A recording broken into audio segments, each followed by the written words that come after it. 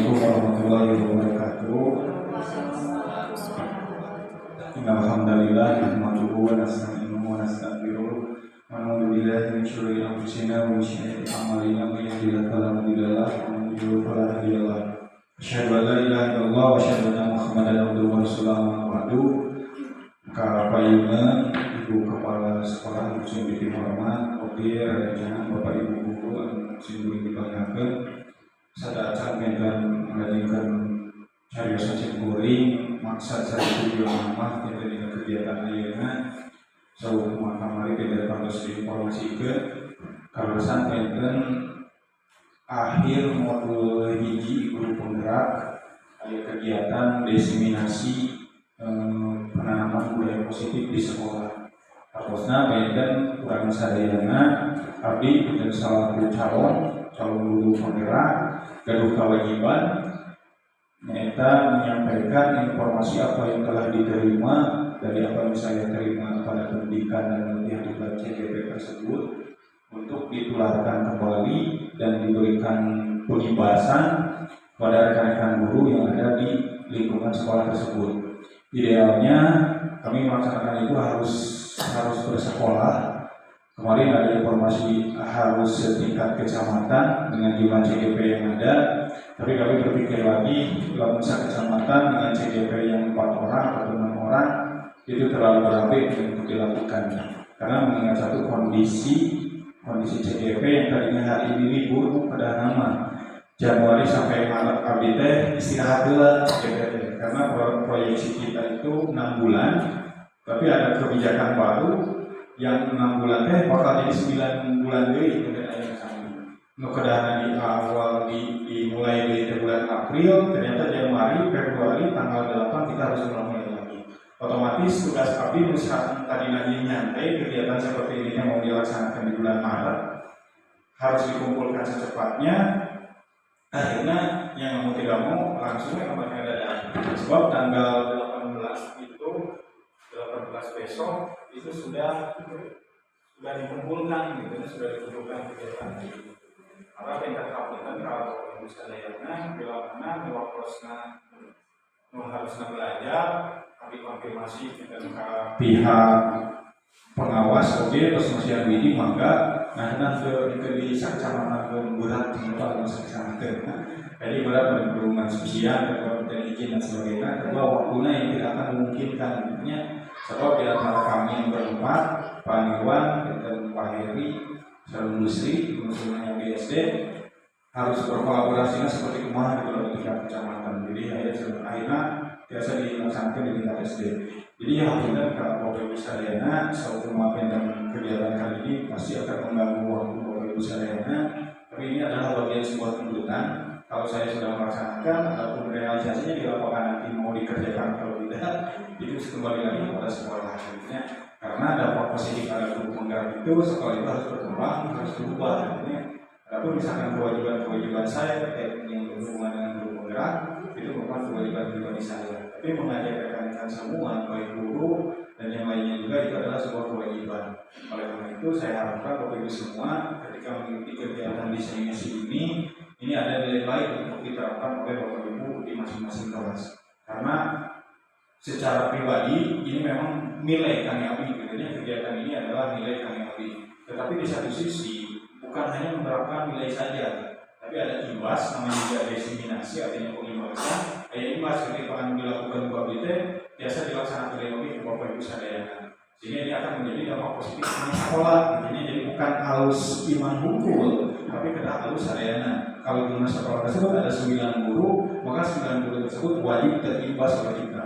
Lalu minat penyakit mah harus nular, tapi nular dalam kebaikan. Nah, bagaimana dampak negatif apa keuntungan bagi Bapak Ibu semua nanti? Secara materi memang tidak ada keuntungan, tapi secara keilmuan ini akan menambah wawasan baru bagi Bapak Ibu semua, terutama calon-calon CGP yang baru daftar. Nanti ketika ada diseminasi seperti ini, Ibu sudah tidak aneh lagi, sebab diseminasi ini biasanya dilakukan oleh sekolah penggerak pertama kali, tapi sekarang muncul di calon guru penggerak artinya untuk fokus ke sekolah penggerak muncul, tapi di guru penggerak juga ada diseminasi. Oleh karena itu mohon izin Bapak Ibu Sadayana saya sampaikan dulu di modul 14 itu ada budaya positif di sekolah. Nah, budaya positif seperti apa yang akan dijelaskan pada kegiatan hari ini? Nanti Bapak Ibu akan ada 3 kegiatan ya. Yang pertama dibahas tentang keyakinan keras, yang kedua tentang disiplin positif, segitiga restitusi, serta dengan posisi kontrol sebagai seorang guru. Kalau kita berbicara pengalaman ke belakang, Bapak Ibu berbicara disiplin, berbicara keyakinan keras, mungkin hal-hal yang baru nih. Mendengar misalkan melihat keyakinan kelas seperti itu, seperti apa, kontrol kita seperti itu, seperti apa. Nah itu akan terlihat jauh perbedaannya dengan apa yang dihadapkan pada kegiatan hari ini. Nah kalau siapa Bu di sini katingal intinya perbedaannya saya checklist dan sebagai ini adalah sebuah penggugah perasaan bagi Bapak Ibu. Kalau perasaan hari ini misalkan senang, maka materi ini akan nyambung dengan materi yang akan disampaikan. Tapi kalau sebaliknya pada kegiatan hari ini perasaannya tidak enak, sedih, mikiran SKP misalnya lupa, malah subuh gitu ya. Kan mana kegiatan hari ini adalah apa yang harus kerjakan hari ini. SKP yang pikiran gede lah Bapak Ibu gitu ya. Ini adalah sebuah awal Bapak Ibu semua untuk menguji bagaimana pemahaman materi. Kenapa? Karena ini akan berhubungan dengan kebutuhan kita sebagai seorang guru, kebutuhan kita sebagai seorang murid. Bapak Ibu akan tahu. Kenapa ada kesiapan diri, makanan ayalah seperti itu. Materi, mata, telinga, hati, serta Bismillah kita mulai. Jadi niatkan dulu dengan Bismillah. Siap Bu, Sarena. Sebelah kalamannya kan masalah yang lama. Lanjut saja, Bapak Ibu semuanya.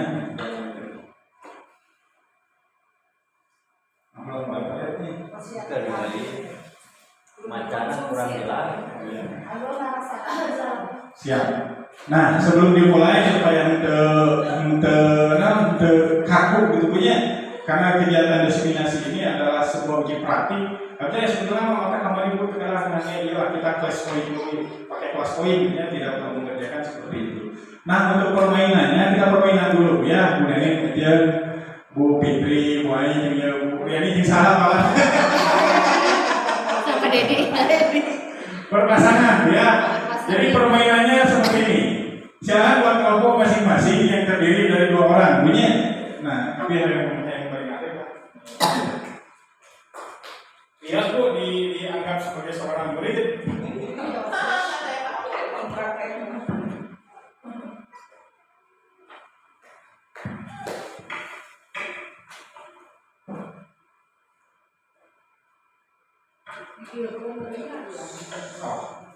Ini perintahnya ada di sini ya. Saya kelompok kata orang, jadi menghiji menggenggam, menghiji. Ini perintahnya seperti ini. Silakan Bapak Ibu buat kelompok masing-masing terdiri dari orang. Setiap kelompok ada yang berperan memegang erat barang berharga yang dimilikinya, sementara yang lain sekuat hati mempertahankan yang sampai terbuka. Yang kedua, gunakan apapun yang pertama sehingga bisa membukanya. Jadi ini, Bu Fitri silakan pegang barang berharga yang menurut Bu Fitri paling berharga di situ. Pegang genggam saja. Bu Nenek mencoba membuka genggaman tersebut. Kumaha caranya? Rek diancam, rek diolok, rek dikisi hadiah. Silakan pertama. Usahakan seperti itu. Ya, silakan mulai di buku. Siapa yang mau megang, siapa yang akan membuka, gitu ya. Memegang seperti itu. Anggap aja ada barang berharga di genggaman, cincin ataupun apa, silakan coba Bapak Ibu buka. Oh, siap ya, Bu Fitri siap? Kita coba. Pokoknya silakan, baik di rumah. Pokoknya barang tersebut jangan sampai terbuka, harus mempertahankan apa yang menjadi miliknya, gitu ya. Silakan. Rek diolok seperti kumaha, silakan. Bu Neneng rek diolok carana seperti kumaha mangga, rek diancam seperti kumaha mangga. Silakan mulai.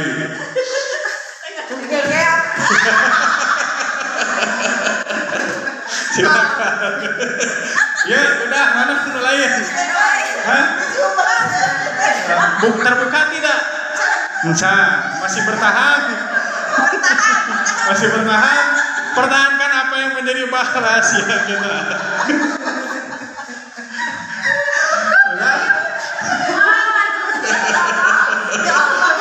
Itu ditekan, sekarang diancam ya. Masih dulu lah ya. Silakan. Mau dibuka, mau dipertanyakan?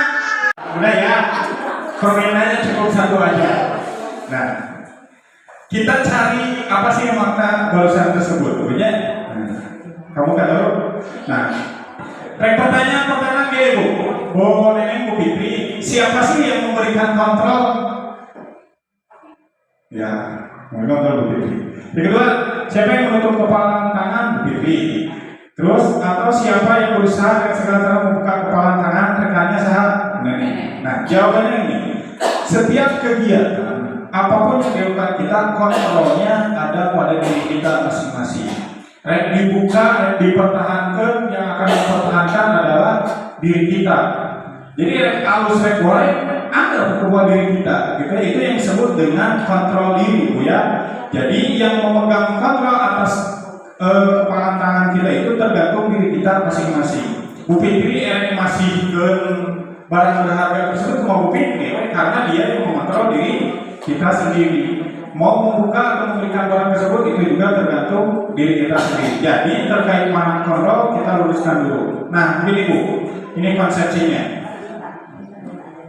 Konsep kita suka berpikiran ini bahwa guru yang berhak mengontrol murid. Ini persepsi yang salah Bu. Sebab pada dasarnya kita tidak dapat memaksa murid untuk berbuat sesuatu jika murid tersebut memilih untuk tidak melakukannya. Artinya, kurang kebiasaan kamu murid kosong, nakan puluhan kurang.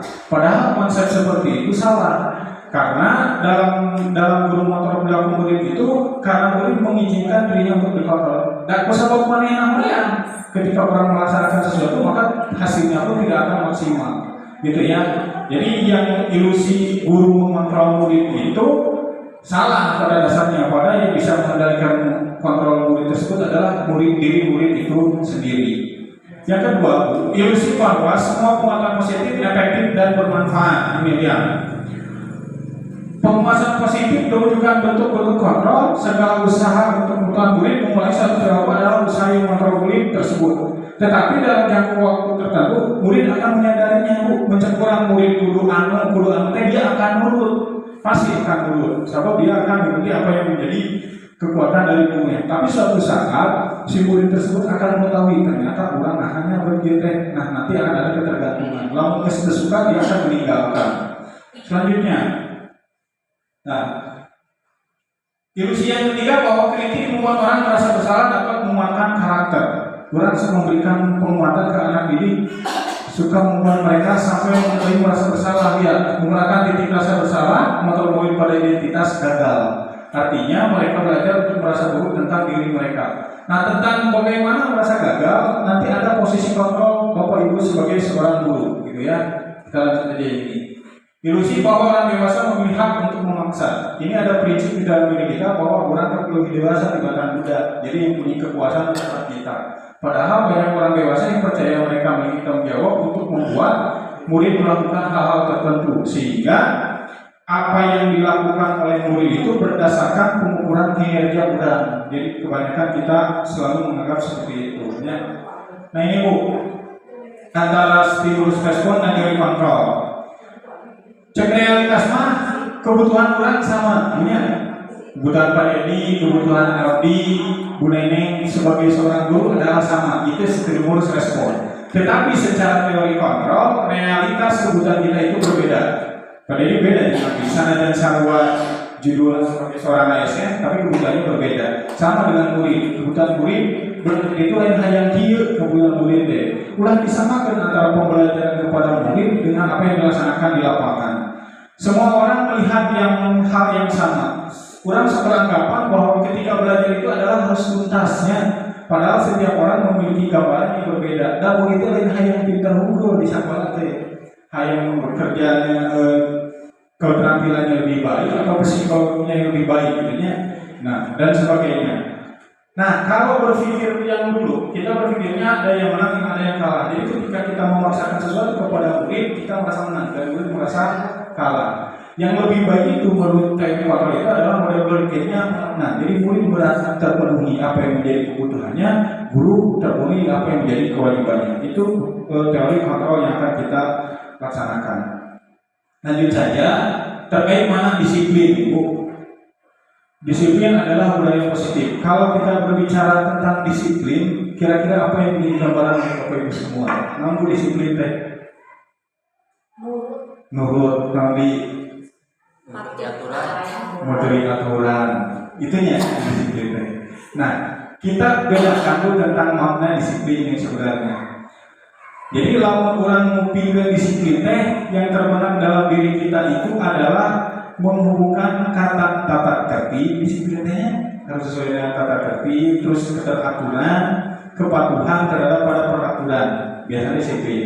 Disiplin juga sering dihubungkan dengan hukuman. Jadi kalau kita disiplin pasti bakal dihukum. Padahal itu sungguh berbeda karena belajar tentang disiplin positif tidak harus memberi hukuman.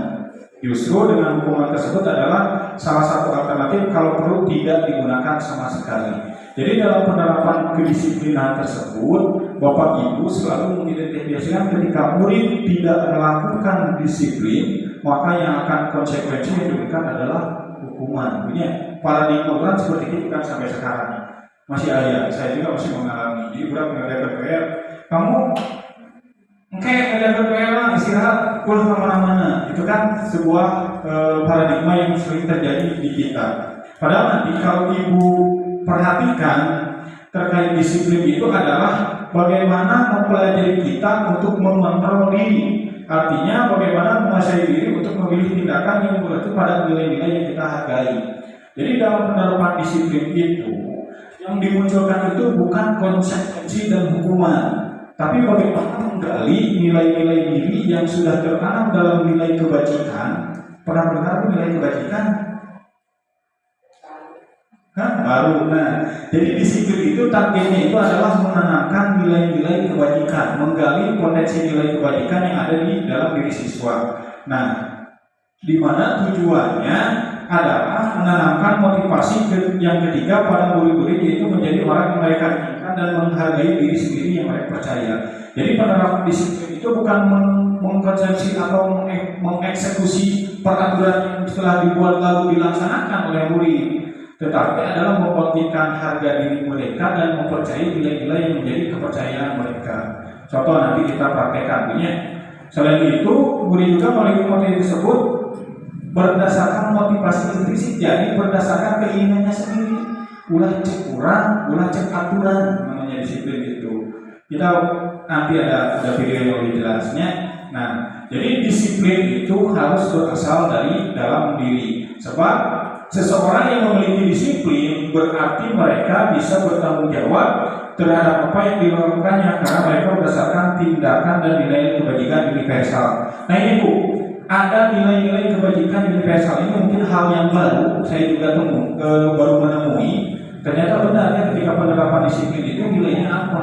Ketika budak dilarikan, ketika budak misalkan kerja tugas, itu tidak bertentangan dengan nilai kebajikan universal. Lalu apa yang harus diketahui dengan kebajikan universal? Saya terangkan dulu di sini. Nilai kebajikan itu apa? Nilai kebajikan itu sifat positif manusia yang merupakan tujuan mulia yang ingin dicapai setiap individu. Jadi ada nilai positif dari murid tersebut yang merupakan tujuan mulia yang ingin dicapaikan. Ketika kita belajar ke sekolah, murid ketika belajar ke sekolah, apa sih nilai yang diinginkan dari murid tersebut? Itu akan menjadi bagian yang merupakan tujuan mulia dari murid tersebut. Nah ini Bu, nilai kebajikan itu ada 6 ya, ada yang disebut dengan profil pelajar Pancasila, ada IBO, Primeries, program PYP, bukan FYP, tapi PYP gitu. Ada 9 pilar karakter, ada petunjuk seumur hidup dan keterampilan hidup, serta ada the 7 essential virtues atau building moral intelligence, serta the values project atau proyek nilai-nilai kebajikan. Nah, yang digunakan nilai kebajikan itu yang sekarang kita tanamkan apa di Indonesia? Ada profil pelajar Pancasila. Jadi kurikulum merdeka mengajar itu adalah satu bagian dari menanamkan nilai-nilai kebajikan. Karena fokus kita di kurikulum tersebut itu adalah pencapaian ketuntasan. Kurikulum itu adalah dalam rangka mencapai dasar belajar, sehingga apa nilai kebajikan yang didapat dari kurikulum tersebut. Maka pemerintah kenapa terjadi perubahan paradigma dari kurikulum menjadi kurikulum merdeka, terus ada profil Pancasila, itu adalah dalam rangka penguatan nilai-nilai kebajikan. Kita buka satu persatu mana saja nilai kebajikan yang sering kita ketahui, tapi yang sering kita ketahui tapi belum bisa digambarkan. Ini profil pelajar Pancasila. Nilai kebajikannya adalah yang pertama, beriman dan bertakwa kepada Tuhan yang Maha Esa dan berakhlak mulia. Terus jelasnya berkebijakan global, gotong royong, mandiri, kreatif dan bernegara kritis. Ini merupakan bagian yang tidak terpisahkan dari nilai-nilai kebajikan profil pelajar Pancasila. Yang kedua yang tadi disebut Ibo Premedius atau program PYP, toleransi, rasa hormat, integritas, mandiri, antusias, empati, keinginan. Nah, nilai-nilai ini yang harus dibangkitkan dari penerapan disiplin teh. Bukan hanya untuk menjadikan sebuah eksekusi dari hukuman, tapi harus muncul keingintahuan, kreativitas dari anak itu muncul dalam penerapan disiplin. Pak, bagaimana dengan profil pelajar Pancasila? Ini juga sama kaitannya dengan yang ini, dengan integritas dan sebagainya. Yang ketiga ada 9 pilar. Nah, cinta Tuhan dan segenap ciptanya. Ini kan kalau dihubungkan dengan profil Pancasila ada beriman dan bertakwa, terus kejujuran, hormat. Ayat kan ini semua nilai-nilai ini ada dalam diri anak, tapi belum bisa tumbuh dan berkembang dalam menerapkan nilai kebajikan. Terus kepemimpinan dan keadilan, baik dan hati, toleransi, kedamaian. Artinya dalam membuat keyakinan kelas nanti, kita harus menanamkan atau memunculkan nilai-nilai kebajikan yang ini. Petunjuk seumur hidup dan penampilan hidup. Ini ada petunjuk hidup, peduli, penalaran, ada nalar kritisnya, ya, keberanian, keinginan dan sebagainya. Ini adalah nilai-nilai dari keterampilan hidup. Keterampilan hidupnya dapat dipercaya, terus hati. Nah, ini adalah nilai-nilai yang perlu ditingkatkan dalam program kegiatan pendidikan di sekolah atau kelas. Yang kelima, the second essential fitness building atau pembangunan moral intelijen, empati, suara hati, kontrol diri, rasa hormat, kebaikan. Ini kan hampir sama dengan kebajikan yang dijelaskan sebelumnya. The values project project. Nah, nilai kebajikan ini, peduli, rajin, integritas, sama lah. Ini nilai kebajikan itu banyak, cuma kita belum mengetahui masuk ke mana kegiatan penilaian nilai-nilai tersebut. Nah ini Bu, ini kuapin terjalan nanya terjalan kelas poinnya, tapi di sini mungkin Bapak Ibu semua akan tahu gitu ya. Pada awalnya menjadi guru pasti punya alasan tertentu, nah terpaksa atau tidak ada pekerjaan lagi, atau karena disuruh orang tua, atau karena ingin sertifikasi. Namun dengan seiring perkembangan zaman Anda menikmatinya. Model di gurunya ada kalau tekniknya jadi guru. Kemudian jadi guru rek daftar kasetan gitu pelatihan akuntansi negara.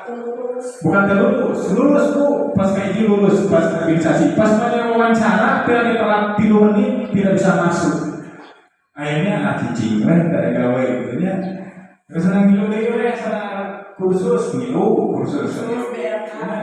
BLK 3 bulan. Pas daftar dari Jepang terjadi. Dan saya bilang ke pegawai tuganan pada email kita apa gitu nya aku mahal segala terjadi pula. Untungnya tidak ada pekerjaan lagi gitu nya. Kalau jauh dengan komite sekolah gitu. Mas daripada cicing mas ngilu namun kalau dicertai di mana cicing pelajar tadi teh akal. 2004 lah.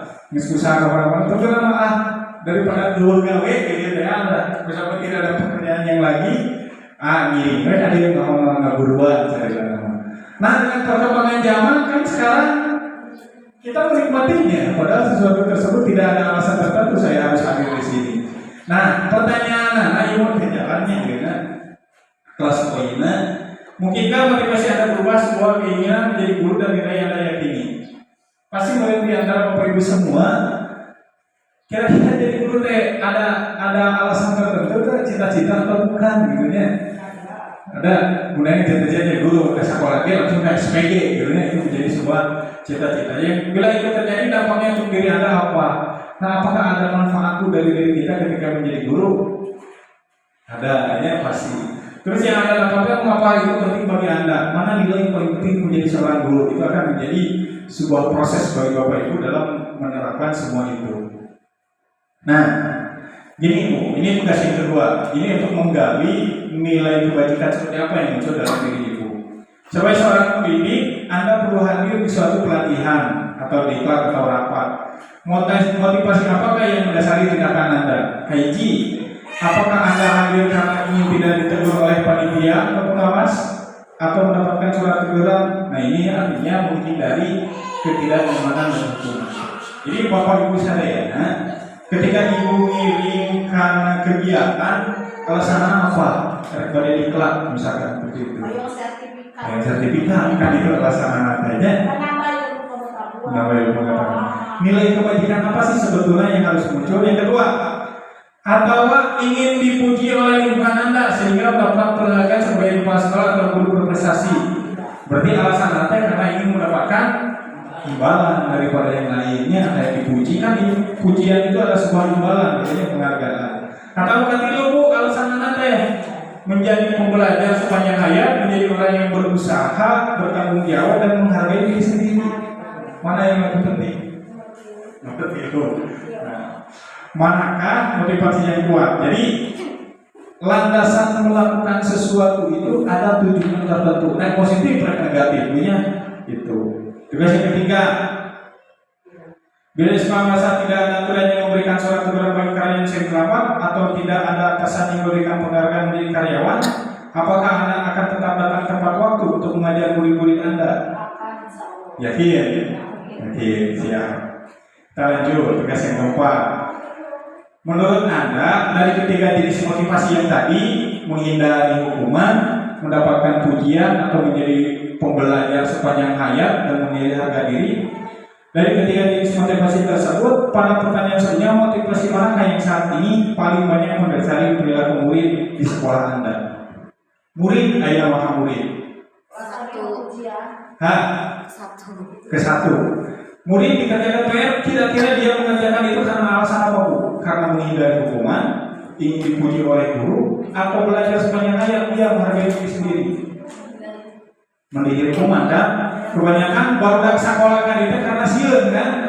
Sieun diapakeun, sieun kumaha bapana, sieun terlulus, sieun teu naik kelas. Nah, sikap-sikap seperti itu, Bu, ternyata berarti kita belum memberikan nilai yang baik bagi anak tersebut.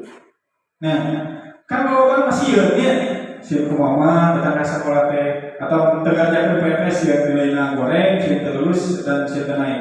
Nah, jadi motivasi yang seperti demikian, yang menghindari hukuman, terus ingin dipuji. Ada tuh yang orang ketok ke sekolah karena ingin dipuji atau mah ayah. Nah, motivasi seperti itu yang harus kita buat sekarang.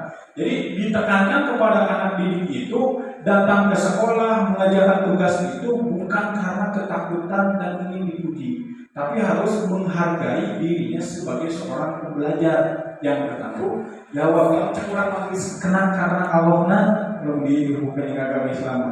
Lalu kan orang begitu, orang misalkan datang ke sekolah dicarikan ke kepala sekolah misalkan, kan yang udah seperti itu. Tapi kalau sudah ada keinginan dari dalam diri, sadar diri dan bersikap tanggung jawab, maka dia akan tidak perlu ketika kepala sekolah mau terpuji, misalkan ketika kepala sekolah mau menghindari dari hukuman karena dia merasa telah bertanggung jawab. Jadi anak juga harus seperti itu. Jadi datang ke sekolah mengerjakan tugas dan sebagainya itu adalah harus berdasarkan nilai dari menghargai diri sendirinya dengan sikap tanggung jawab dan menjadi pembelajar sepanjang hayat. Dia main pembelajar, seperti itu.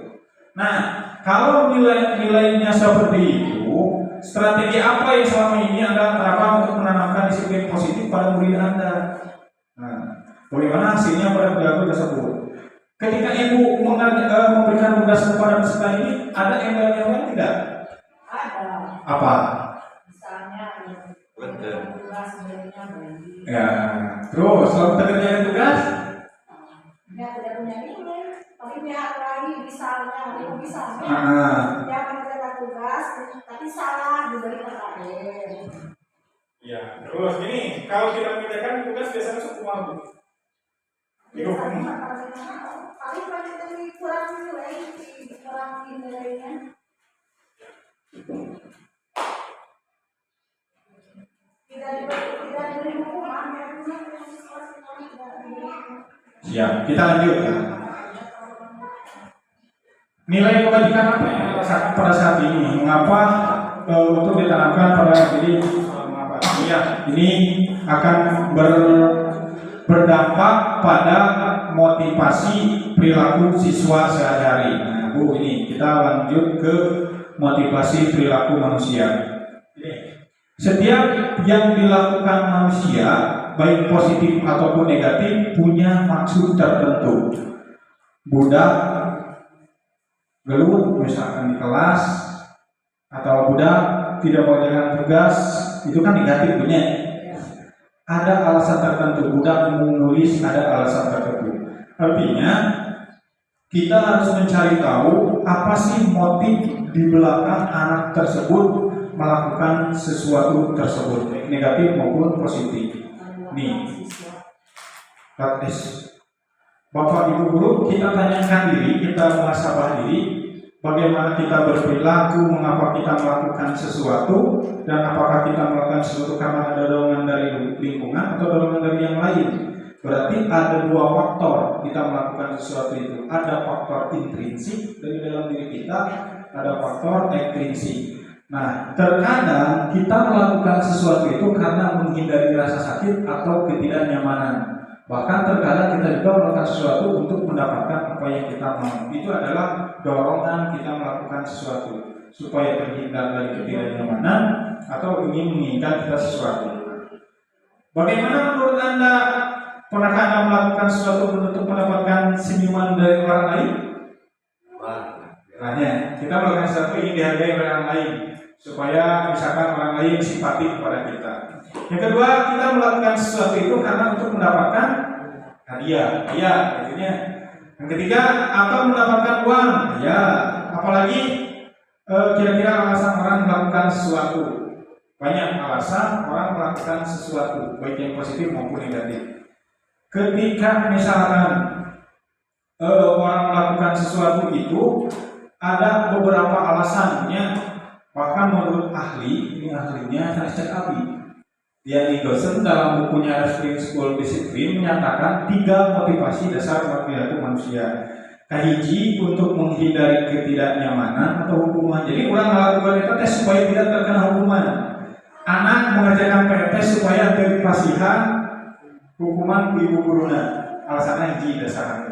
Yang kedua, untuk mendapatkan imbalan atau penghargaan dari orang lain. Dan tadinya anak mengerjakan tugas itu supaya mendapatkan nilai bagus, supaya tidak dicarikan guru, supaya nilainya maksimal. Dan yang ketiga, untuk menjadi orang yang mereka inginkan dan menghargai diri sendiri dan nilai yang mereka percaya. Ini alasan yang lebih tepatnya. Jadi menghargai diri sendiri dan nilai mereka yang percaya, nilai integritas, kejujuran, kedisiplinan. Jadi kita melakukan sesuatu karena ada nilai dalam diri kita, karena itu yang mesti diharuskan, memang harusnya seperti itu. Berarti dia menghargai diri sendiri, tidak melakukan PR itu bukan karena takut oleh guru. Jadi ketika mungkin guru mau mengerjakan PR, ya udah gini.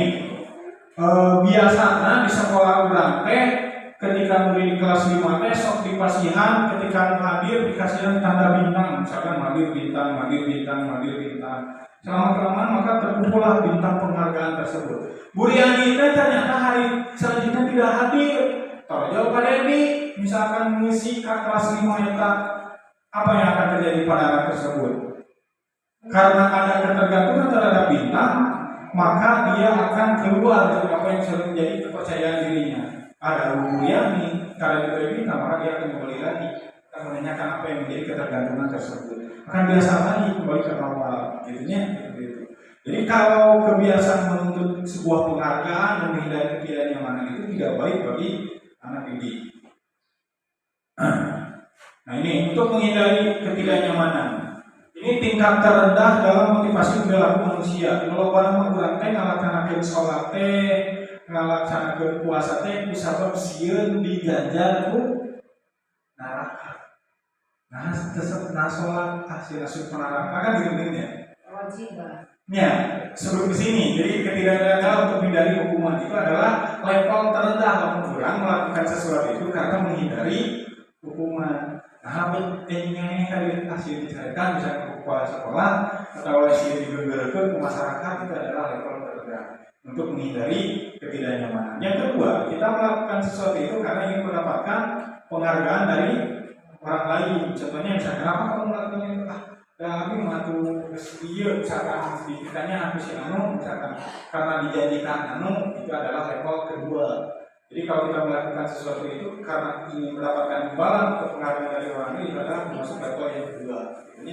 Tapi kalau kita melaksanakan sesuatu untuk menghargai diri sendiri dan nilai-nilai yang mereka percaya itu merupakan level tertinggi, gitunya, karena motivasi ini akan muncul secara intrinsik. Jadi entusias karena dihukuman, karena tidak ingin mendapatkan pujian, tapi dia sadar sendiri karena menghargai dirinya bahwa itu yang perlu dilakukan, maka tidak perlu mendapatkan penjelasan dari orang lain, tidak perlu mendapatkan nasihat dari orang lain ataupun pujian-pujian dari orang lain, karena itu muncul dari diri sendiri.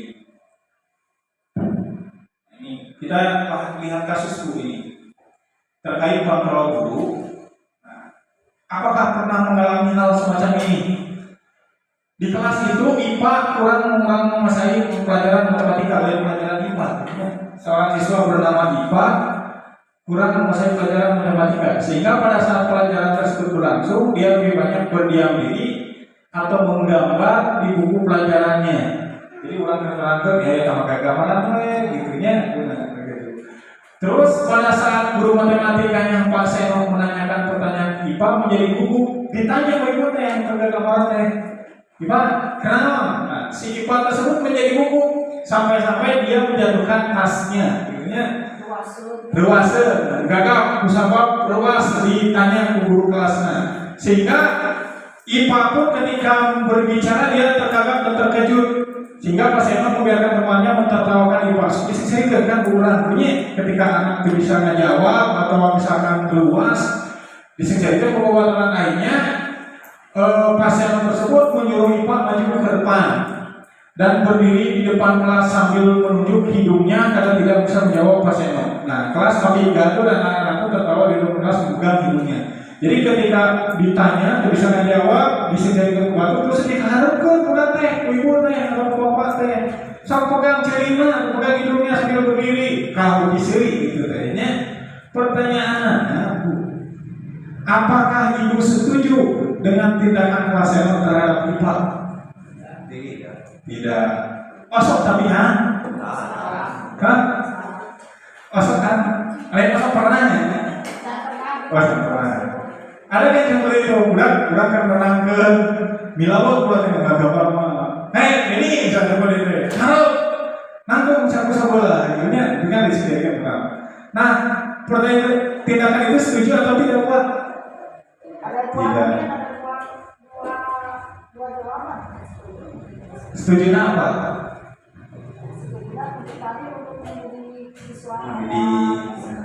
Terus?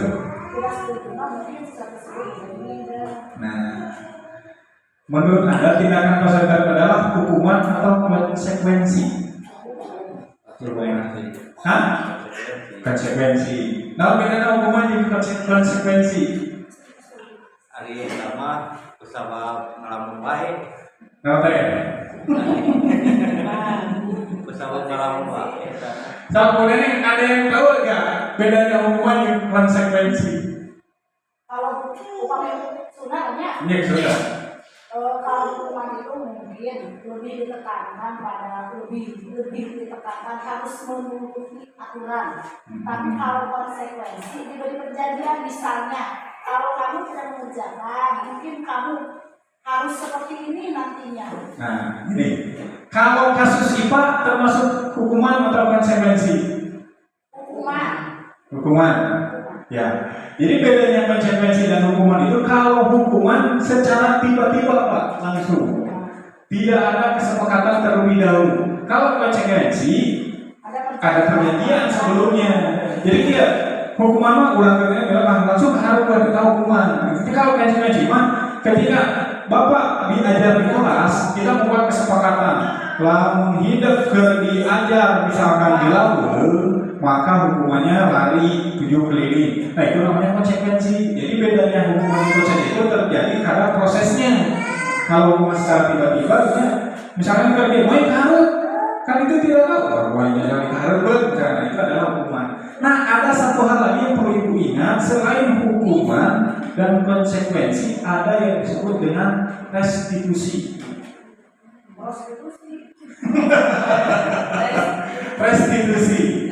Jadi restitusi itu sebuah kondisi mengembalikan kepercayaan di murid. Gini, kalau dihukum apa yang terjadi pada anak? Dia merasa minder, dia merasa bersalah, gitu ya. Dengan konsekuensi. Nah, kita akan berbicara nanti tentang proses restitusi. Ini cuma boleh jelaskan lebih atas. Jadi hukuman mah tidak terencana atau tiba-tiba sudah konsekuensinya sudah terencana dan sudah disepakati. Jadi tidak menyalahi karena sudah disepakati. Ini beda dengan restitusi. Restitusi mah adalah proses menciptakan kondisi bagi murid untuk memperbaiki kesalahan mereka. Jadi lalu dihukum akan diberikan langsung oleh kita tindakan kalau mereka itu, tapi dengan restitusi adalah proses menciptakan kondisi bagi murid yang memperbaiki kesalahan mereka sehingga mereka bisa kembali kepada kelompoknya. Ciri-ciri restitusi bedanya dengan hukuman dan konsekuensi itu, restitusi bukan untuk menebus kesalahan tapi untuk belajar dari kesalahan. Oh ya, kan konsekuensi mah menebus kesalahan karena dia bilang maka harus ditebus kesalahannya dengan mengerjakan itu konsekuensi dengan hukuman. Yang kedua, restitusi itu adalah untuk memperbaiki hubungan.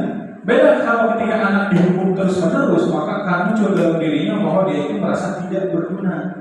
Kenapa? Karena salah di wae, perasaan di anak teh, kalau itu salah wae.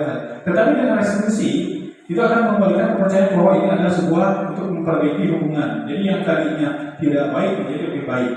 Yang ketiga, restitusi adalah tawaran bukan paksaan. Di restitusi mampu nanti kita ditawarkan bukan kita dipaksakan. Kamu harus enggak, tapi kita memberikan tawaran kepada peserta didik yang mengalami kegagalan atau yang melakukan kesalahan. Itu adalah sebuah paksanaannya. Yang ketiga, restitusi menuntut untuk melihat ke dalam diri. Jadi apa sih motivasi anak tersebut yang perlu dikembangkan? Itu yang menjadi penuntunan dalam diri. Yang kelima, restitusi juga mencari kebutuhan dasar yang menyelesaikan tindakan. Dengan restitusi, maupun nanti kita akan tahu dasar tidak melakukan sesuatu itu apakah anak untuk mempertahankan model tadi itunya. Bu Fitri menggenggam barang miliknya itu adalah dasarnya itu adalah mempertahankan apa yang menjadi miliknya. Anak berbuat kesalahan apa yang menjadi latar belakangnya? Karena misalkan keinginan tidak terpenuhi, sebab kebutuhan anak itu ada 5 nanti dijelaskan. Kedua, restitusi juga adalah cara yang paling baik. Beda dengan hukuman, tentunya hukuman itu pasti ada dampaknya. Restitusi fokus pada karakter bukan tindakan. Jadi membangkitkan karakter dari anak, dan restitusi fokus pada solusi. Bukan mencari siapa yang salah dan siapa yang benar, tapi menemukan solusi. Dan restitusi mengembalikan murid yang berbuat salah kepada kelompoknya. Terakhir, restitusi itu adalah mengingatkan. Tadi sudah dibahas bahwa motif kita melakukan sesuatu itu ada 3. Menghindari ketidaknyamanan atau hukuman, yang kedua mengharapkan pujian atau penghargaan dari orang lain, dan yang ketiga meningkatkan sebagai jiwa pembelajar atau untuk menghargai diri sendiri yang bertanggung jawab. Nah, ketika motivasi tersebut itu harus berdasarkan kebutuhan. Nah, setelah mengetahui motivasi, kita harus mengetahui tentang dasar kebutuhan murid. Nah, dasar kebutuhan murid kira-kira apa saja? Atau kebutuhan dasar manusia apa saja? Sanang, pangan, papan. Apalagi kebutuhan manusia. Kenapa di sini saya kebutuhan murid? Karena kita di sekolah. Kalau saya berbicara di luar, pasti kebutuhan manusia. Apa Bu? Kebutuhan manusia umumnya dulu. Sanang, pangan, papan. Itu adalah kebutuhan fisiologisnya. Ada lagi nggak Pak Dedi? Kebutuhan rohani itu juga kebutuhan fisiologis. Apalagi kebutuhan primer, sekunder, tersier. ini yang katanya sadar papan atau berikutnya. Nah, ini hal yang baru Bu ya bagi kita. Kebutuhan manusia itu kebutuhan primer mungkin apa? Tulis. kita bagus. Nah, itu baru pemahaman. Saya juga belum mendapatkan informasi ketika mungkin cek ini ya. Kebutuhan murid itu atau kebutuhan manusia itu diperlukan untuk membudaya positif yang mana itu adalah kita harus mengetahui dulu apa sih kebutuhan dasar murid sebetulnya. Nah, William Glasser menyatakan bahwa tindakan manusia memiliki tujuan tertentu, yaitu memenuhi kebutuhan dasarnya. 5 kebutuhan dasar manusia itu akan terpenuhi jika begitu berkembang secara bahagia. Jadi gini, kalau 5 kebutuhan dasar ini terpenuhi, maka murid akan tumbuh dan berkembang secara bahagia, akan lancar. Sebaliknya, jika kebutuhan dasar seorang tidak terpenuhi, maka akan mengalami emosi negatif, akan bosan, sedih, kecewa, bahkan mereka dapat melakukan perbuatan yang bertentangan dengan nilai kebajikan dan melanggar peraturan. Contoh di sekolah kita, kenapa murid misalkan sampai persiapan, kenapa terjadi perkelahian, kenapa misalkan terlambat. Nah, di situ ada artinya kita belum mengevaluasi kebutuhan dasar apa murid bisa melakukan tersebut itu karena ada yang tidak terpenuhi.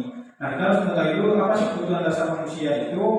Yang pertama, ada 5 kebutuhan dasar manusia. KIJ tadi ya, seperti kebutuhan bertahan hidup, gitu ya. Jadi kebutuhan bertahan hidup KIJ. Muka 2, kebutuhan merasa diterima. Kebutuhan manusia itu kebutuhan murid. Muka 3, kebutuhan akan kebebasan, kebutuhan akan kesenangan, dan yang kelima ada kebutuhan akan kekuasaan. Jadi 5 kebutuhan dasar inilah yang harus terpenuhi dalam diri murid, ya, begitupun dalam diri kita. Jika salah satu tidak terpenuhi, maka dari dia akan muncul perasaan negatif, bahkan kita bisa melakukan suatu pelanggaran atau peraturan yang telah disepakati. Tadi juga jadi kebutuhan sandang, pangan, dan papan termasuk ke mana? Sandang dan pangan dan papan itu termasuk ke dalam kebutuhan bertahan hidup. Contohnya rumah, kesehatan, makan, rasa aman, pangan, sandang, dan papan itu adalah kebutuhan bertahan hidup. Jadi anak juga sama Bu, dia tidak akan maksimal ke sekolah, dia tidak akan semangat ke sekolah kalau kebutuhan bertahan hidupnya tidak terpenuhi. Contoh, budak balik sekolah kumaha lamun bajuna teraya, seragamnya tidak punya, sapatuna soe, terus dari rumahnya tidak makan. Datang ke sekolah kan bisa dilihat oleh kita. Dia akan ngantuk, dia akan mengganggu orang lain, dia akan merasa tidak pede karena merasa kebutuhan dasarnya tidak sama dengan yang lain. Jadi kebutuhan dasar manusia inilah yang perlu pertama kali dipenuhi. Maka oleh sebab itu Bapak Ibu sekalian, biasakan ke anak ini kalau mau ke sekolah disuruh sana makan dulu, terus sarapan dulu, bajunya diperhatikan dulu supaya kebutuhan dia datang ke sekolah itu tidak akan merasa minder melihat teman-teman yang lain. Itu yang pertama, kebutuhan. Yang kedua, kebutuhan merasa diterima menjadi anggota adalah kebutuhan mengikuti keinginan selalu terhubung dengan orang lain seperti teman, keluarga, kelompok kita tergabung. Nah, setiap murid ingin menjadi bagian dari kelasnya atau bagian dari kelompoknya sehingga dalam dasar artinya anu cuek pun akan merasa diterima. Nah, yang murid itu ketika datang ke sekolahnya ingin gabung dia dengan anu, dia dengan anu. Bahkan anu cuek pun dia ingin kasih salah, bina hati yang tetap dia ingin merasa ada panggilan bahwa mereka ingin diajak dalam kelompok tersebut. Itu adalah kebutuhan merasa diterima dalam kelompok, gitu ya. Kebutuhan yang kedua. Jadi kebutuhan manusia itu satu kebutuhan bertahan hidup, yang kedua merasa diterima, gitu ya. Dan yang ketiga, kebutuhan akan kebebasan. Artinya murid diberi kebebasan untuk melakukan suatu pilihan dan bertanggung jawab atas pilihannya. Jadi merdeka mengajar di sini itu bukan bebas dari segala-galanya, ya. Jadi kebebasan dalam hal itu adalah memberikan kebebasan bukan berarti melaksanakan apa yang mereka mau, tetapi kebebasan di sini artinya satu, anak diberikan kebebasan membuat pilihan. Yang kedua, menyuarakan pendapat dengan percaya diri. Dan tiga, memberikan kepercayaan untuk mencoba hal-hal yang baru. Caranya bagaimana? Ibu bisa melaksanakan pembelajaran itu dengan metode yang beragam dan menarik atau pembelajaran yang berdiferensiasi. Pernah melaksanakan pelajaran diferensiasi Bu? Bu Riani bikin atas pas PPG ya. Jadi untuk memberikan kebebasan ke anak peserta didik, kita jangan terfokus bahwa belajar itu harus di kelas, tidak. So belajarnya di luar kelas. Karena itu pembelajaran metode yang baik. Yang kedua, metode belajarnya juga dengan ceramah saja. Kenapa tidak ada sosiodrama? Kenapa tidak ada bermain peran? Kenapa ada tidak misalkan kuis dan sebagainya? Yang kedua, pembelajaran juga bisa berdiferensiasi. Artinya mengajar anak itu tidak terfokus harus mengerjakan di buku tulis saja. Kalau di kelas kita, tapi tes tengetang nilai dina buku enggak. Saya melaksanakan pembelajaran diferensiasi. Anak silakan dengan jawab lewat WA mangga, ngirim poster mangga, mengerjakan lewat internet mangga, puisi dan sebagainya. Itu adalah program diferensiasi. Jadi ada dina kertas samar mangga, ada buku tulis mangga, dina WA mangga. Itu adalah program diferensiasi. Yang penting anak itu terpenuhi kebutuhan anak itu bukan dipaksakan kurang enggak, gitu ya. Itu dengan metode yang beragam dan menarik. Yang ketiga, kebutuhan akan kesenangan. Anak juga atau guru memberikan kesenangan dalam hati pembelajaran murid sehingga menikmati pembelajaran suasana senang. Nah, ini Bu yang suka dilupakan, sebenarnya kebiasaan dikurang. Ketika masuk ke kelasnya berdoa lalu menyampaikan apa yang akan dipelajari. Padahal anak juga memerlukan kebutuhan akan kesenangan. Jadi belajar betul. Jadi belajar jangan hanya mentransfer ilmu dari kita kepada peserta didik, tapi dalam pembelajaran kita selingi dengan kesenangan terhadap anak didik. Akhirnya modal tadi kebutuhan dasar tidak terpenuhi, sarapan di rumah ngantuk. Terus pembelajaran seperti ini misalnya menonton dan sebagainya, terus tidak ada lagu-lagu acan, tidak ada kesenangan, maka tidak akan efektif pembelajaran tersebut. Maka selingilah dengan nyanyi mangga, tepuk mangga, jadi intinya banyaklah misalnya perlu lari-lari, gelak, dan aman dan sebagainya. Yang kelima, kebutuhan akan penguasaan. Jadi murid selalu menginginkan dirinya merasa lebih baik dari yang lain. Kayaknya mau nonton aku abi Pak, anu malah aku abi Pak. Misalnya murid tersebut menginginkan penguasaan, jadi ingin merasa dirinya lebih baik daripada yang lain, ingin merasa dirinya menjadi pemimpin, sehingga keterampilannya ingin didengar oleh publiknya. Pak abi pahala, kau ya abi mengajarkan apa kalau anu aku abi weh. Iya, nah itu adalah keinginan rasa penguasaan. Jadi anak merasa dirinya ingin menjadi pemimpin sehingga ingin lebih dari yang lainnya. Nah, kebutuhan 5 dasar ini harus diidentifikasi oleh kita. Anak melakukan sesuatu itu kenapa, motifnya, apakah ada yang tidak terpenuhi, mudah-mudahan riwayat itu kelas tentunya itu apa kebutuhan yang tidak terpenuhi. Misalkan bosan, misalkan dia yang kurang, misalkan pelajarannya yang tahu gitu. Artinya kebutuhan akan rasa senang dalam pembelajaran itu tidak terpenuhinya. Nah ini tentang posisi kontrol kita sebagai seorang guru, lebih cepat, lebih baik. Ini ayo silakan. Tadi motivasi sudah ada 3. Terus kebutuhan dasar sudah. Nah sekarang kalau motivasi serta kebutuhan dasar sudah terpenuhi, kita sebagai guru harus melihat posisi kontrol kita masuk di mana. Jadi motivasi orang hadir ke sekolah belajar semuanya sudah diketahui. 3, terus kebutuhan dasar dari murid juga sudah. Kita harus memilih posisi kontrol sekarang. Nah posisi kontrolnya proses perjalanan seorang guru apa mengenali dirinya. Posisi kontrol guru itu, satu ada yang sebagai penghukum, yang kedua sebagai pembuat merasa bersalah dalam penerapan sistem. Yang ketiga, kurang suka sebagai seorang teman karena kita. Yang keempat sebagai pemantau, dan yang kelima sebagai manajer. Nah, itu posisi yang pertama, posisi penghukum.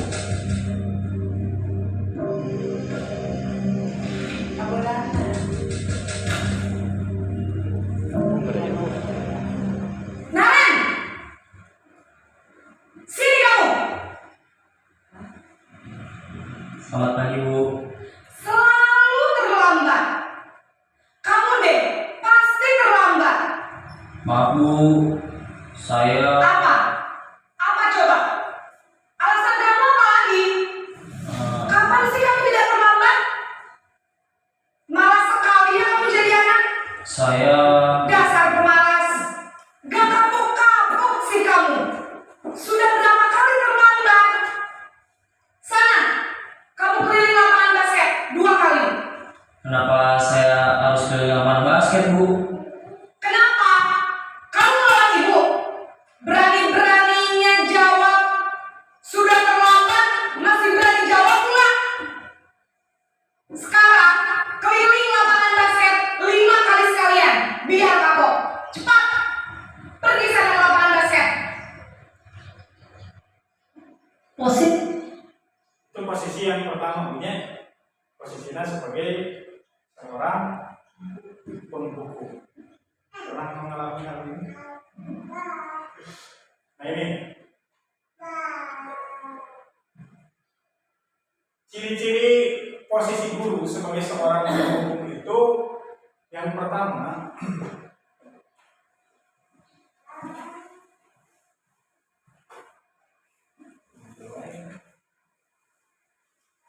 nah, seorang pembuku bisa menggunakan hukuman fisik maupun verbal. Fisik mah berarti mulai tadi gitu ya, dibalik ke di lapangan basket. Kalau verbal mah menyakiti perasaannya secara lisan. Contoh orang yang dalam posisi hukum senantiasa mengatakan bahwa sekolah memerlukan sistem atau alat yang lebih menekan murid-murid lebih dalam lagi. Guru menerapkan posisi penghukum akan berkata, oh gitu ya, patuhi aturan saya. Kamu mah, ayo telat, gitunya itu adalah posisi penghukum. Kalau yang terakhir selesai, mulai mudah misalnya itu anal terakhir berarti posisi penghukum itu adalah sebagai seorang penghukum. Guru seperti ini senantiasa bahwa hanya ada satu cara pembelajaran yang lebih berhasil, yaitu cara dia, jadi memaksakan kehendak dia. Nah, ciri-ciri penghukum itu nada gurunya suaranya tinggi, bahasa tubuh mata melotot dan cari menunjuk-nunjuk serta menghati. Terus terlambat lagi beribu pelotot, selalu datang terlambat. Kenapa bisa datang tepat waktu? Nah, bagaimana perasaan murid bila guru berbicara itu saat murid datangnya terlambat? Itu akan ada dampak ya terhadap murid kalau posisi kontrol kita sebagai seorang penghukum. Apa hasil yang memungkinkan ketika terjadi? Kemungkinan murid akan marah dan mendendam. Ini yang paling bahaya. Jadi kalau posisi kontrol kita sebagai guru, sebagai penghukum, maka efeknya itu adalah murid menjadi marah dan bersifat agresif. Bisa jadi sudah kembali duduk, murid tersebut akan mencoret bukunya ayah memberi hukuman. Lebih buruk lagi, mendengar orang kegel kaburu nama bermotor apa nih saya itu di SMA gitu ya. Kan kejadian di SMA ketika pengalaman ketika kegel kasasaha gitu nya kaguruna akhirnya dia merusak barang yang menjadi gurunya tersebut gitu ya. Itu. Yang kedua, posisi guru yang membuat merasa bersalah. Di mana posisi ini guru bersuara lebih lembut, guru bersuaranya, tapi membuat murid selalu merasa bersalah, ya, dan menggunakan keringan membuat orang lain nyaman, merasa bersalah, rendah diri. Nah, ibu sangat kecewa sekali. Nah, kita lihat di videonya, posisinya merasa bersalah seperti ini. Tadi penghukum sudah jelas punya posisi merasa bersalah seperti ini. Jadi menganggap murid dialah yang merasa bersalah seperti ini.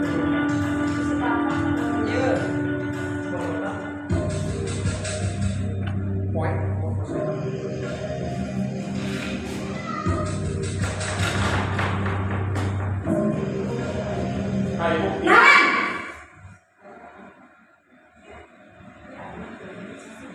Selamat pagi Bu. Naren, kamu kenapa terlambat lagi, nak? Ya Tuhan, Naren, kamu senang ya bikin ibu susah ya? Kalau kamu terlambat lagi, nanti ibu yang ditegur bapak kepala sekolah, nak. Disangka ibu tidak bisa membina kamu. Duh, gimana ini? Maaf Bu. Duh, Gusti Naren, kamu suka ya kalau ibu ditegur bapak kepala sekolah? Terus, sekarang ibu harus tulis apa ini di buku absen?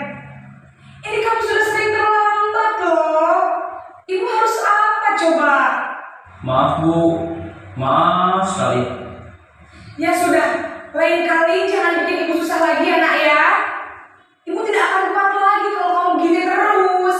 Bisa jantungan kalau ibu tegur di kelas sekolah. Sana cepat ke kelas. Maaf ya Bu, maaf sekali. Nah, ini posisi merasa murid selalu bersalah. Artinya apa yang akan terjadi dampak dari kalau misalkan kita khawatir ke ibu, si ibu dicarikan ke kepala sekolah, khawatir ke mama gitu, dicarikan ke bapak, gitu kan. Jadi anak itu akan merasa minder kalau bisa seperti itu, karena dia merasa telah gagal menjadi murid terbaik bagi gurunya. Nah, alhasil bagaimana posisi kontrol yang seperti ini? Pada posisi ini biasanya guru bersuara lebih lembut, tetapi ada kata-kata yang dapat membuat dirinya merasa bersalah tersebut. Jadi tak kenging, intinya misalkan kayak ketika anak khawatir kan ibu, misalkan ibu yang dicarikan ke kepala sekolah, atau khawatir kan mama yang dicarikan ke bapak, gitu. Nah, posisi anaknya salah, intinya karena akan merasa anak tersebut merasa bersalah terhadap guru tersebut. Akhirnya hasilnya itu murid akan merasa bersalah dan merasa mengecewakan, sehingga dia akan menarik diri dari lingkungan tersebut. Dia merasa tertekan karena kamu merasa membuat ibu guru saya tersakiti, gitu ya, itu yang posisi merasa bersalah. Nah, yang ketiga, Bu, ada yang posisi guru itu terhadap muridnya merasa dirinya sebagai teman posisi sebagai teman. Kurang masuk kemana nanti? Kita lihat ke sini video yang selanjutnya.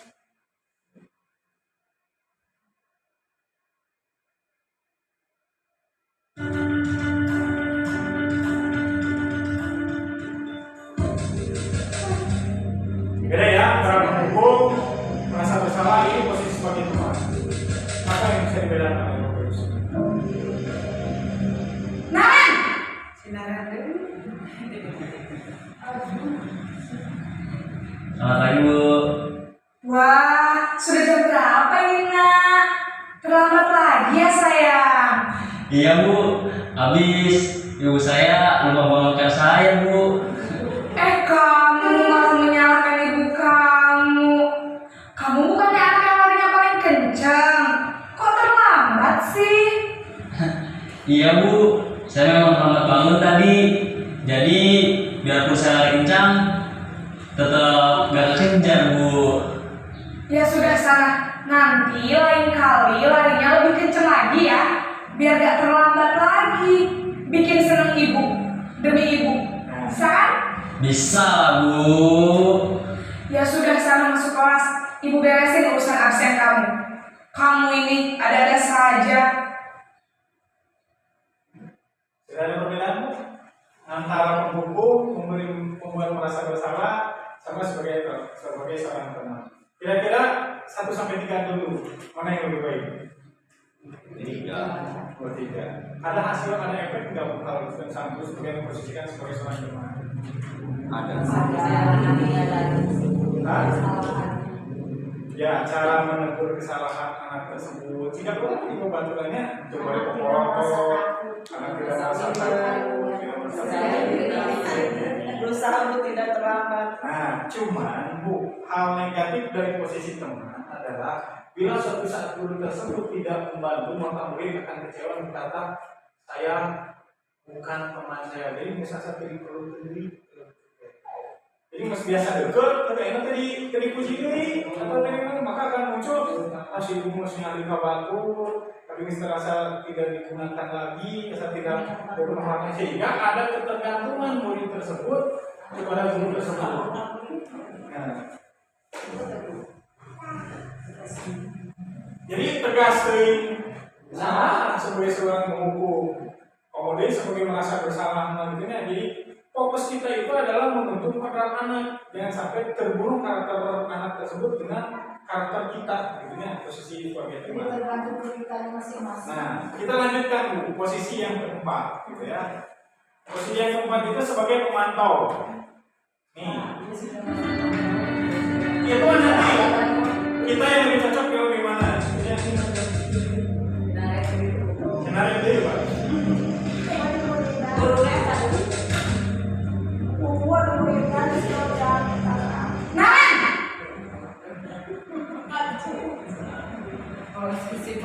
Selamat pagi Bu. Naren, apa peraturan sekolah kita tentang jam berapa kita harus masuk sekolah, nak? Kita harus di sekolah jam 7, Bu. Iya betul, sekarang sudah jam 7.20. Naren sudah tahu konsekuensinya jika terlambat hadir. Paham, Bu. Saya harus tinggal kelas pas jam istirahat selama 20 menit. Iya benar, konsekuensinya demikian. Jadi nanti jam 9.30 pas istirahat, kamu harus tinggal di kelas, kerjakan tugas tambahan untuk ketertinggalan kamu, ya? Baik, Bu. Yang keempat sebagai pemantau. Dalam posisi pemantau itu guru hanya memantau dan mengawasi apa yang menjadi peraturan di sekolah. Kemarahan dengan paling hanya lagi peraturan di sekolah tahu apa konsekuensinya. Jadi mengenai hal sangat penting sudah sebuah konsekuensi dengan anak tersebut, maka ketika terjadi pelanggaran kita berikan pilihan kepada anak tersebut apa konsekuensinya. Oh sangat lagi Pak, kelihatan 20 menit berarti lah istirahat 20 menit di kelas ngajar. Itu sebagai pemantau. Yang terakhir Bu, terakhir posisi manajer, Bu ya.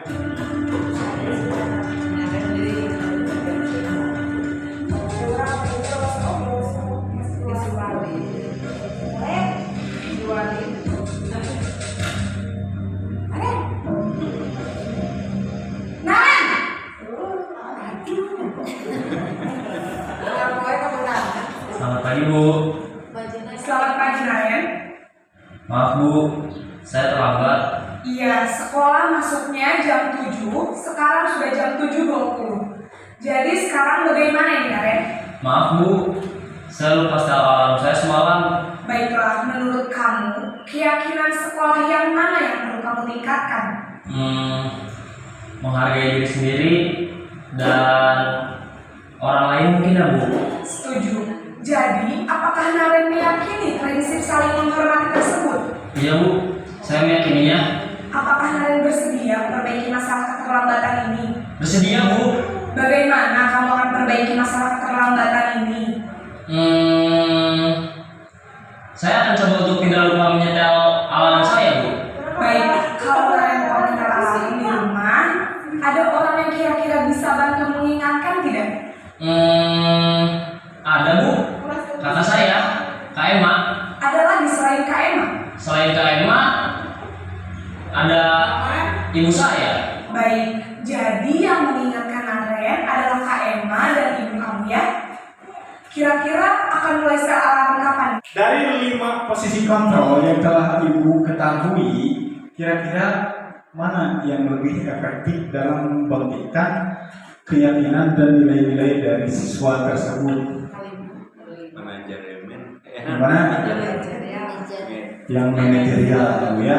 Jadi kita tidak mencari kesalahannya, tapi kita mencari solusinya. Ketika Naren terlambat kalau posisi hukum, dia menghakimi anak tersebut sampai sejauh mana supaya dia mau melaksanakan menjadi cara kita.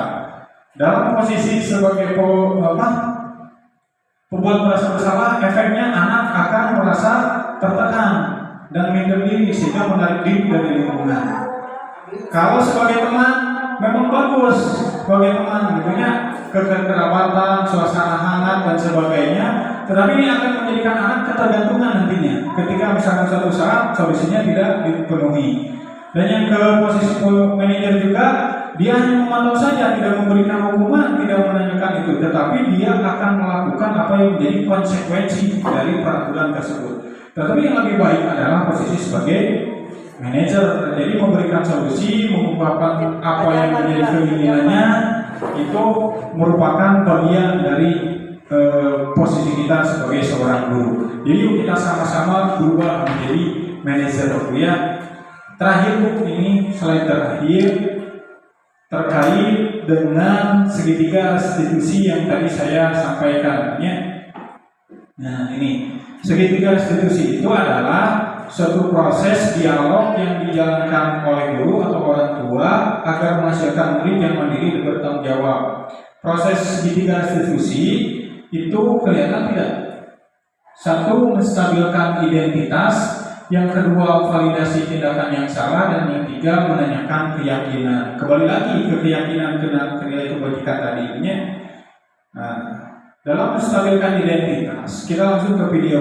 Kalau misalkan kita terjadi kasus di sekolah kita yang sering terjadi, Bu ya, sering terjadi. Ini anak yang sudah dibully, Bu ya, dibawa KBK. Siang Sarah. Siang Pak. Sudah lama nggak ketemu Sarah? Kenapa hari ini ada di sini? Kesel Pak, kesel banget. Masa aku dikatain Bang Fitnah Pak? Ya aku marah lah. Aku balik katain Eka di depan kelas. Kesel banget. Oh begitu. Ya pasti kamu marah dan kesal. Bapak juga akan marah apabila ada yang menuduh Bapak seperti itu. Kemudian pada saat itu kamu mau melakukan apa? Ya saya langsung ngatain Eka lah Pak. Kesel banget. Saya bentak-bentak dia depan teman-teman lain. Oh begitu. Pasti kamu memilih untuk tidak berbuat lebih parah lagi kan? Iya. Nah, sekarang coba kita lihat lagi tindakan kamu yang bentak-bentak Eka di kelas. Tindakan kamu itu kira-kira sesuai dengan keyakinan kelas atau prinsip kamu tidak? Enggak lah Pak. Capek Pak jadi marah. Jadi keyakinan atau prinsip mana yang kurang sesuai dengan keinginan kamu? Ya saya sebenarnya sangat menghargai orang lain. Mungkin saat itu saya menjadi emosi. Jadi tidak menunjukkan sikap itu. Kamu meyakini tidak? Menghargai orang lain itu penting buat kamu. Yakin lah Pak. Iya, setuju. Kita harus saling menghargai. Namun, ada juga keyakinan yang kita sepakati yang perlu kita jalankan apabila kita sedang marah, kan? Ya saya bisa lebih proaktif, mulai dengan diri sendiri. Saya bisa jadi lebih bersabar, mengambil waktu jeda untuk berpikir mau apa selanjutnya. Kira-kira kamu bersedia memperbaiki masalah ini tidak? Bersedia Pak. Kalau kamu memperbaiki masalah ini, kamu akan menjadi orang seperti apa? Saya akan menjadi orang yang bertanggung jawab kali ya Pak. Dan senantiasa proaktif. Iya, menurut kamu bagaimana rasanya menjadi orang seperti itu? Ya nyaman lah, bangga bisa.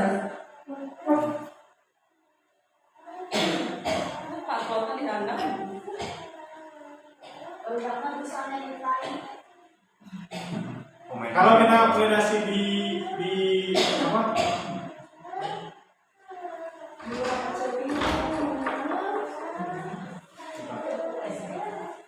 Jadi di dalam segitiga restitusi, Ibu, kalau kita dalam menguasai sebuah permasalahan, maka gunakan prinsip segitiga restitusi.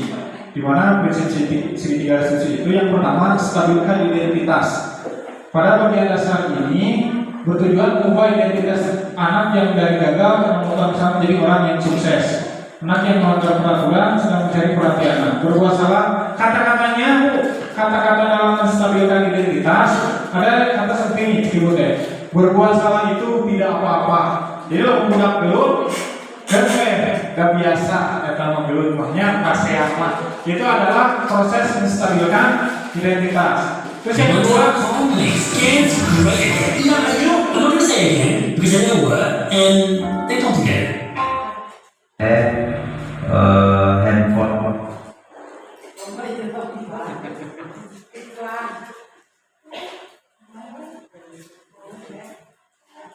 nah ini Kegiatan dari demonstrasi konseptual dalam langsung ke restitusi yang dari sekolah yang melibatkan beberapa anak kasus. Kita coba memulai proses investigasi yang melibatkan pembelajaran modus. pada bagian saya akan menjelaskan tentang model dari segitiga restitusi. Segitiga restitusi adalah suatu proses dialog yang dilakukan oleh orang tua agar dapat menghasilkan lebih yang terdiri dari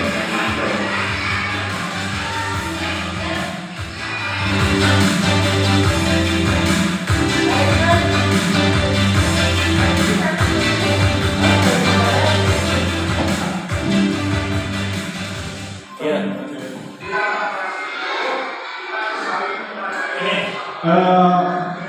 drama, bukan dramanya, sosial drama ketika melaksanakan segitiga resolusi.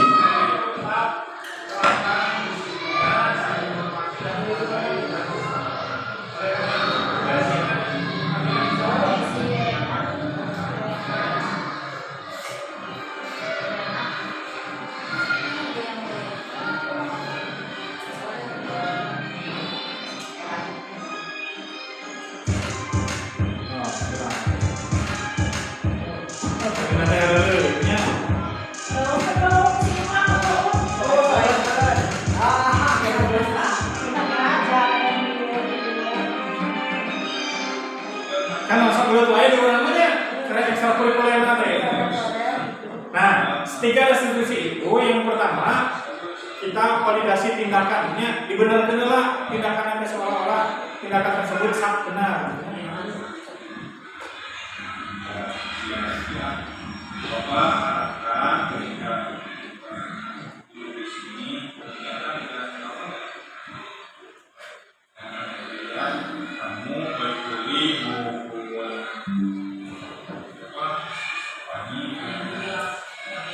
kesamaan adalah hal yang wajar.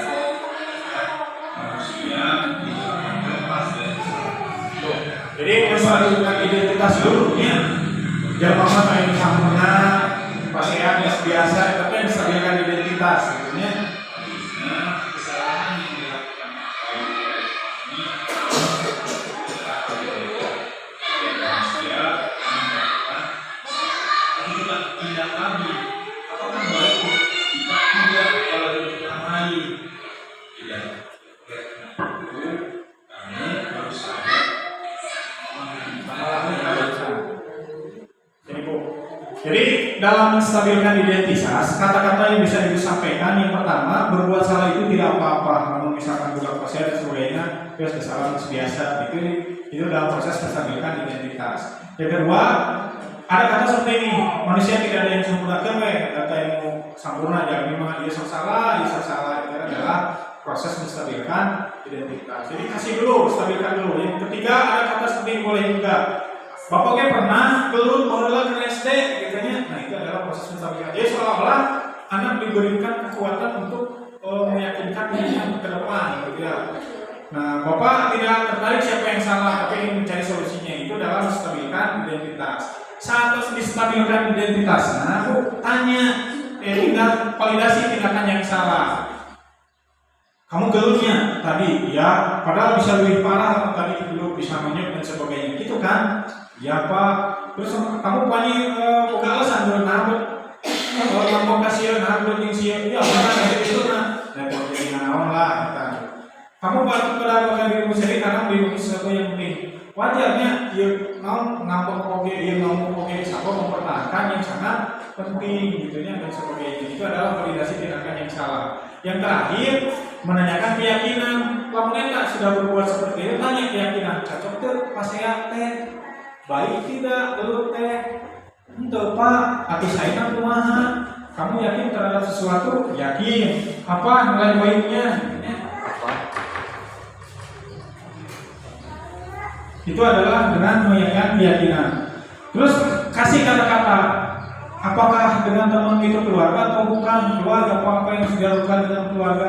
Saling menyayangi. Itu berarti nilai kebajikannya. Saling menyayangi. Apalagi kudu menghargai. Hormat kepada yang lain Pak, hormat, apalagi harus kasih sayang Pak. Nah itu jadi nilai-nilai tersebut muncul dalam segitiga restitusi.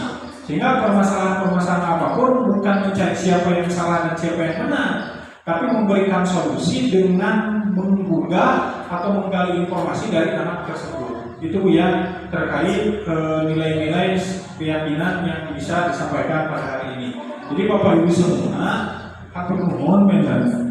Kegiatan diseminasi ini adalah sebuah proses penerapan kepada Bapak Ibu sadayana kangge pelaksanaan pembelajaran di kelas. Artinya apabila nanti ayat kepada diteruskan, kita diskusinya udah diskusi formal seperti ini, gitu ya.